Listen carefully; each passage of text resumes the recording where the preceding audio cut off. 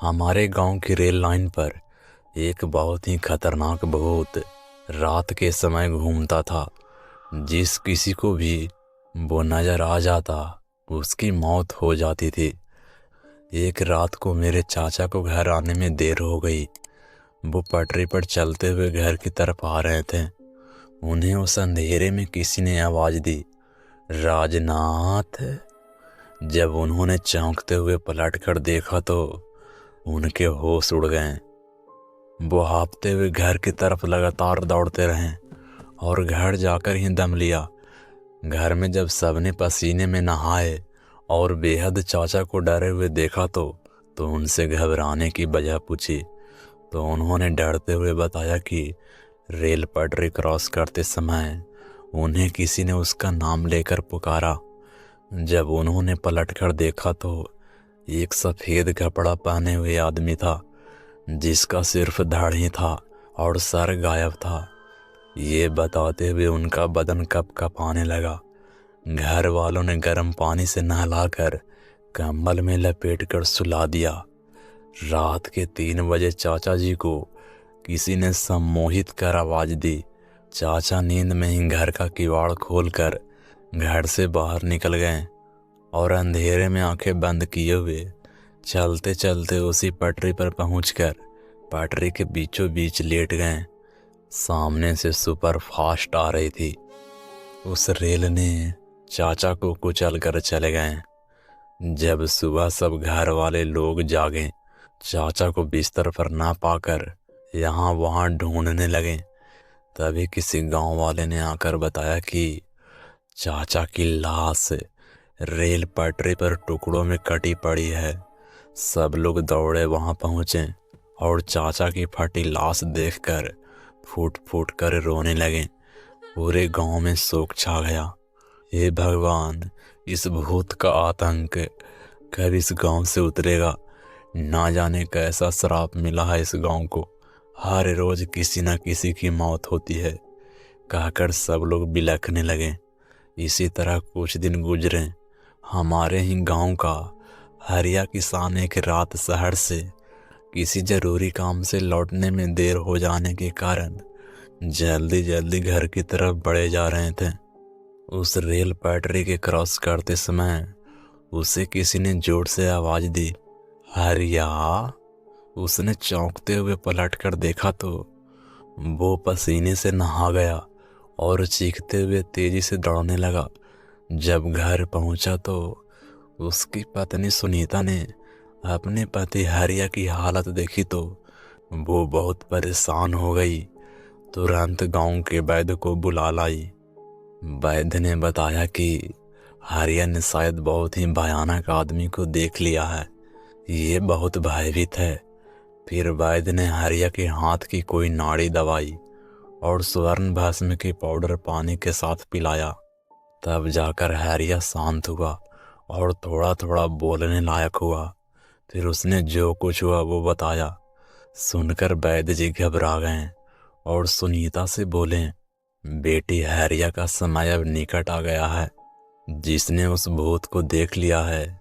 तब हरिया की पत्नी बोली, नहीं वैद्य जी, मैं अपने पति को कुछ नहीं होने दूंगी। अगर यही नहीं रहेंगे तो हम सब यूं ही मर जाएंगे, क्योंकि घर में सिर्फ मेरे पति ही कमाने वाले एकमात्र व्यक्ति हैं। तब वैद्य जी बोले, बेटी, नियति के सामने सब विवश होते हैं, कहकर वो चले गए। सुनीता ने अपने हाथों से पति को गर्म पानी करके नहलाया, फिर खाना खिलाकर सुलाया और पति के हाथ में एक डोरी बांधकर अपने एक हाथ में वही डोरी का दूसरा छोर बांधकर सो गई। जब हरिया को भूत की सम्मोहिनी आवाज कानों में पड़ी तो वो नींद में ही बिस्तर से उठा और दरवाजा खोलकर बाहर जाने लगा। सुनीता के हाथ की डोर खींचने से उसकी नींद टूटी और पति को बाहर जाते देख वो भी उसके पीछे पीछे चल दी। उसने रास्ते में हरिया को जगाने और होश में लाने की बहुत कोशिश की, पर हरिया तो भूत के बस में था। वो चुपचाप चलता हुआ रेल की पटरी पर जाकर लेट गया। उसके बगल में सुनीता भी पटरी पर लेट गई। सामने से रेल की सीटी की आवाज आई तो वो भूत सामने आया, पर सुनीता को सिर्फ आवाज सुनाई दी।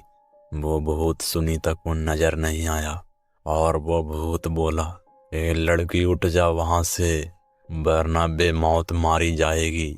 सुनीता ने रोते हुए कहा, वैसे भी मेरे पति के मरने के बाद हम और मेरे बच्चे फांसी लगाकर मरने वाले हैं, क्योंकि मेरे पति के अलावा और कोई नहीं घर में कमाने वाला। हम सबको भूखे मरने से अच्छा है कि मैं भी पति के साथ रेल से कटकर मर जाऊं।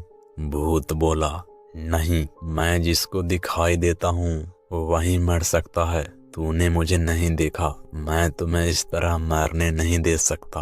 तब सुनीता रोती हुई बोली, आप जो भी हो, यदि आपकी बेटी मेरी जगह होती तो क्या आप उसका सुहाग भी इसी तरह उजाड़ देते हैं, बना देते अपनी बेटी को विधवा। सुनीता ऐसा कह रही थी कि तेज दौड़ता सुपरफास्ट रेल सुनीता और उसके पति हरिया के ऊपर से जाने ही वाली थी कि अचानक बिजली के एक झटके से सुनीता और हरिया उछलकर दूसरी तरफ फेंका गए और रेल अपनी पटरी से गुजर गई। तभी वहां वैद्य जी गांव वालों को लेकर आए। सुनीता और हरिया को जिंदा देखकर वो बहुत खुश हुए। इतने में भूत की भयानक आवाज गूंजी, ए लड़की, तूने मेरी आंखें खोल दी। मैं बेकसूर ही लोगों को मार रहा था। मेरा असली गुनहगार तो तुम्हारे गांव का मुखिया था। सुनीता ने पूछा, वो कैसे बाबा? उस भूत की आवाज में दर्द उभर आया। वो बोला, मैं एक व्यापारी था, शहर से बहुत धन कमाकर अपनी बेटी के शादी के लिए घर जा रहा था। इस गांव की मुखिया से मुलाकात सफर के दौरान रेल में हुई। उसने मुझसे घनिष्ठ मित्रता करके मुझे कहा कि इतनी रात को इतना सारा धन लेकर अकेले यात्रा करना खतरनाक होगा और मुझे अपने घर जाने से उस रात रोककर उसके घर रात ठहरने का अनुरोध किया। कहा कि कल सुबह वो भी मेरे साथ घर चलेगा मेरी बेटी की शादी में। और इस स्टेशन पर उतर गए हम दोनों। उसने बताया कि वो उनके कुल देवता के बड़े मंदिर गया था एक मन्नत पूरी करने। उसने मंदिर का प्रसाद मुझे खाने के लिए दिया। उस मक्कार ने उस प्रसाद में मेरी नज़र बचाकर बेहोशी की दवा मिलाई थी। मैंने उस पर भरोसा करके वो प्रसाद खा लिया और बेहोश होकर रेल की पटरी पर गिर गया।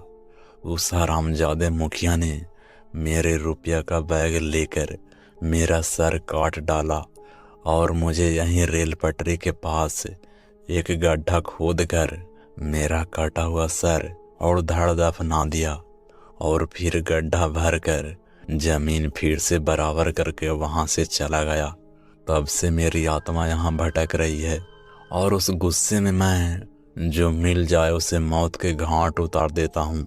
उस कमीने मुखिया को तो मैंने कब का मौत के घाट उतार चुका हूँ, लेकिन आज इस लड़की ने मेरी आंखें खोल दी।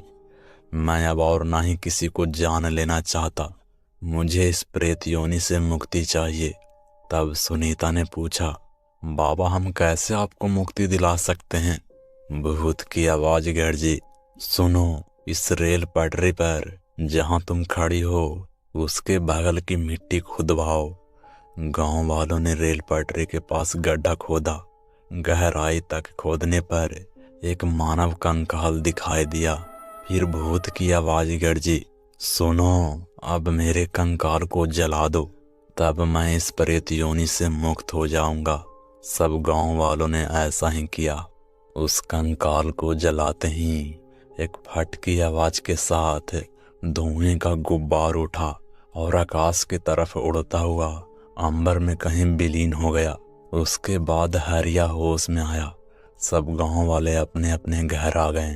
उसके बाद हमारे गांव में कोई भी देर रात उस पटरी से आते जाते समय मारा नहीं गया और वो सर कटा भूत फिर दोबारा कभी दिखाई नहीं दिया। कमेंट में जरूर बताइए कैसे लगी हमारी कहानी। अगर आप ऐसे ही हॉरर कहानियां सुनना पसंद करते हैं तो हमारे चैनल को सब्सक्राइब करें और साथ ही घंटी को दबा दें। और हाँ, स्टोरी पसंद आए तो लाइक जरूर करें। तो मिलते हैं अगले ऐसे ही हॉरर कहानियों के साथ।